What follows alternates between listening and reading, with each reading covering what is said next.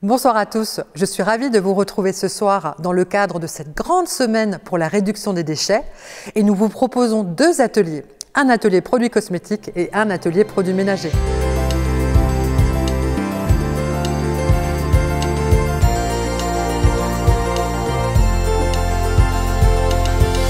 Bonsoir Marlène. Bonsoir Céline. Je suis ravie de te retrouver ce soir. Moi aussi. Tu es animatrice au Centre d'initiation de la nature de Lutterbach. C'est ça. Quelle est cette structure ? Alors, on est un centre d'initiation à la nature et à l'environnement et on accueille du public, que ce soit des enfants, des adultes, pour les sensibiliser à la nature, aux différents milieux qui nous entourent. Et ce soir, donc, tu vas m'apprendre à faire un cosmétique solide, un déodorant solide, car dans le cadre de tes missions, tu es chargée d'animer des ateliers cosmétiques et produits ménagers. Exactement. Alors, comment on fait pour fabriquer un déodorant solide? Alors, pour fabriquer un déodorant solide, il nous faut à peu près 4 ingrédients. Alors, il nous faut de l'huile de coco, qui va servir à désodoriser, en fait. Donc, l'huile de coco, on la trouve un peu partout, en grande surface, en magasin spécialisé. Ce n'est pas un problème de se fournir pour cet ingrédient. C'est ça. Qu'est-ce qu'on a besoin d'autre? On a besoin aussi de cire d'abeille. On peut s'en procurer auprès d'un apiculteur. On a besoin de bicarbonate de sodium qui va aider aussi à désodoriser. Donc le bicarbonate de sodium, il y en a différents types. On peut en trouver en pharmacie, en grande surface. Il existe même du bicarbonate de sodium technique. Lequel utiliser pour faire ce déodorant solide? Alors pour celui-ci, vaut mieux utiliser du bicarbonate qu'on peut trouver en pharmacie ou alors qu'on achète dans des magasins plus spécialisés pour faire ses cosmétiques. Un magasin bio aussi, il faut qu'il soit suffisamment fin parce que le bicarbonate alimentaire, il va faire un peeling sinon. D'accord, il est un peu trop abrasif. Voilà. D'accord. Donc de l'huile de coco, de la cire d'abeille, du bicarbonate de sodium. Un autre ingrédient? On va aussi rajouter de l'amidon en fait. Ça peut être de la fécule de maïs, de pommes de terre ou autre. Ça va vraiment permettre de faire la texture, le liant en fait dans notre produit. Donc grosso modo, à part la cire d'abeille, ce sont des ingrédients qu'on a dans notre cuisine. Tout à fait. C'est assez surprenant pour fabriquer un déodorant. Oui, et c'est pratique parce que du coup, on a tout à portée de main. D'accord. Donc j'ai acheté tous mes ingrédients. Comment je fais techniquement pour fabriquer ce déodorant solide? Alors, déjà, on va avoir besoin d'un petit récipient qu'on peut mettre au bain-marie. Je vais faire la tare. Et on va mettre la cire d'abeille, donc 6 grammes de cire d'abeille dans notre récipient. Donc 6 grammes de cire d'abeille qui va permettre au déodorant solide de se lier et de durcir. Exactement, c'est ce qui va permettre de le figer. D'accord. Ensuite, on va rajouter tout de suite l'huile de coco aussi, donc il nous faut 40 grammes. Donc l'huile de coco, elle est un peu spéciale, parce qu'en été, elle est liquide et en hiver, elle est solide. Mais c'est exactement le même produit. C'est ça. En fonction de la température ambiante, en fait, elle va être liquide. Et c'est un produit donc qu'on peut manger, on peut cuisiner avec de l'huile de coco et on peut s'en servir pour les cosmétiques. C'est assez économique et pratique du coup. Exactement. Donc on met ces deux ingrédients là ensemble et qu'est-ce qu'on va faire avec? Alors une fois qu'on a mélangé les deux ingrédients ensemble, on va les mettre au bain-marie justement pour les faire fondre. L'idée étant d'avoir un mélange homogène et homogène en fait dans lequel on va pouvoir ajouter le reste de nos ingrédients. D'accord. Voilà. Donc on n'a pas besoin d'acheter des ustensiles spécifiques pour fabriquer ce cosmétique solide? Non. Non, on peut utiliser ce qu'on a dans la cuisine, sachant que c'est pour la plupart, comme tu l'as dit, c'est des ingrédients qu'on utilise en alimentaire. Il y a juste la cire d'abeille qui a tendance un peu à être qui s'accroche en fait au récipient, donc il faut bien dégraisser à la fin. D'accord. Voilà. Donc là, on a besoin d'une casserole, d'eau chaude. On va faire d'un petit fouet et on va mettre donc l'huile de coco et la cire d'abeille au bain-marie pour que tout ça se fonde et se lie. C'est ça. Donc là, je vais du coup faire fondre au bain-marie la cire d'abeille et l'huile de coco.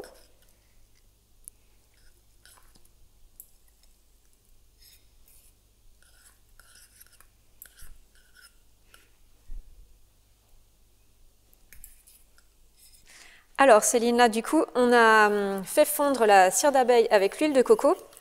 À savoir qu'on peut aussi faire fondre juste la cire d'abeille toute seule en premier temps et ensuite rajouter l'huile de coco parce qu'elles ne fondent pas forcément en même temps. D'accord, donc là on a un ensemble assez homogène.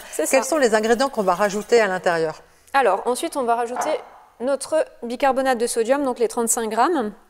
Je vais les verser tout de suite, ou je vais même te demander ton aide. Comme ça, moi, je peux continuer à tourner et toi, tu peux verser progressivement dedans. Ah, ça va très vite, hein. Voilà, ça s'épaissit très vite, en fait. Donc, j'imagine qu'on verse effectivement pas tout d'un seul coup. Non. Non, non, parce que voilà, justement, les ça fait des grammes. grammes. Et ensuite, on rajoute nos 15 grammes d'amidon. L'idée, c'est que le mélange soit le plus homogène possible, justement. C'est comme une pâte à gâteau, il ne faut pas faire de grumeaux. C'est ça. Il faut que le mélange soit onctueux, en fait. Mais ça donne quand même envie d'en manger. C'est vrai que ça sent vraiment bon. Donc, voilà. Donc là, effectivement, on commence à avoir une belle pâte bien onctueuse, bien homogène.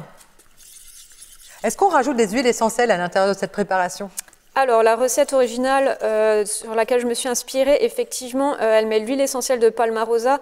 Après, moi, dans les recettes que je propose, j'essaye de réduire au maximum les huiles essentielles, comme c'est des produits très concentrés et que le déodorant, on en met tous les jours quand même. Je préfère les enlever, sachant qu'il est tout aussi efficace, pour ma part, en tout cas, sans les huiles essentielles. D'accord, donc on peut en option rajouter de l'huile essentielle de Palmarosa, qui est une huile essentielle spéciale mauvaise odeur, on peut dire. Exactement. Mais par contre, les précautions d'usage par rapport aux femmes enceintes, aux enfants, on s'abstient. Voilà, c'est ça. Donc là, est-ce que c'est déjà fini? Oui, et ça refiche très vite en fait avec... je vais redonner un petit coup. Ça refiche très vite en fait une fois que ça refroidit, donc il ne faut pas trop tarder en fait à mélanger tous les ingrédients. Et ensuite, une fois que notre mélange est fait, on peut le mettre directement en pot. Alors ce que je n'ai pas précisé au début de la vidéo, c'est qu'on désinfecte bien justement avec de la vodka par exemple, ça peut être de la vodka ou de l'alcool de fruits, les contenants, les ustensiles qu'on utilise et le plan de travail pour éviter la contamination au niveau des bactéries. D'accord. En fait, on peut aussi utiliser de l'alcool à 70 ou 90. Voilà, tout à fait. Ça marche aussi. Le but, stériliser par exemple en faisant bouillir les pots dans de l'eau bouillante, c'est possible marche aussi, oui. D'accord.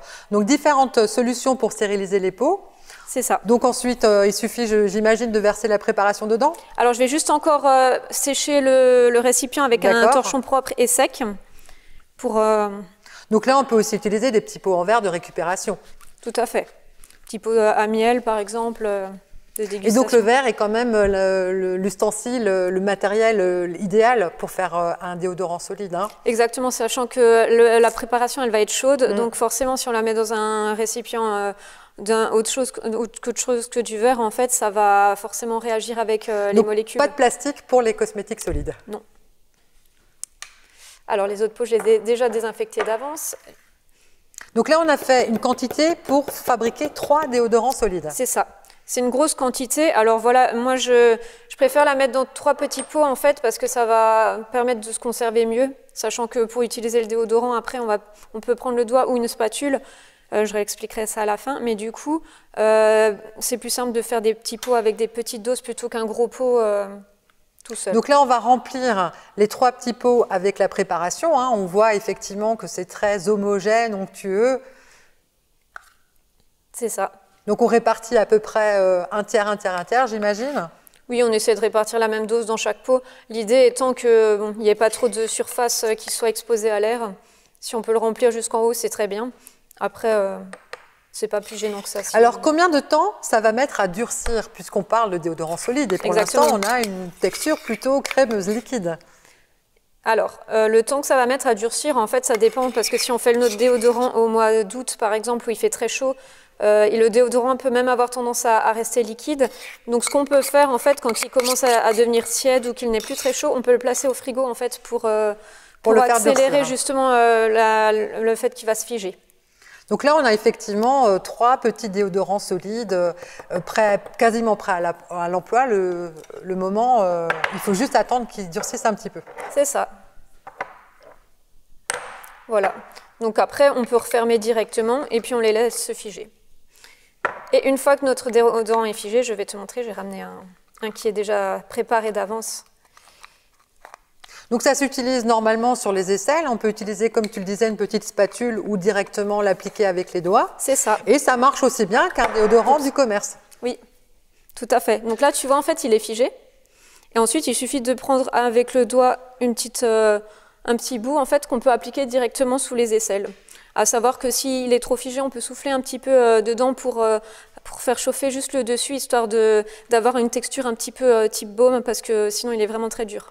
C'est très pratique aussi quand on part en voyage, hein, puisque quand on a des cosmétiques solides, on peut passer facilement ses affaires en valise cabine sans être obligé de sortir des liquides dans la fameuse petite pochette. C'est l'avantage aussi également. Puis on utilise moins de produits aussi, puisque on va prendre juste la dose nécessaire, alors qu'avec un déodorant à billes par exemple ou autre, on peut mettre plus de produits en fait. Donc là, si je comprends bien, on a un cosmétique sain, naturel, sans sel d'aluminium, qui rentre totalement dans une démarche de réduction des déchets et complètement économique. Exactement. Merci Marlène. Avec plaisir Céline.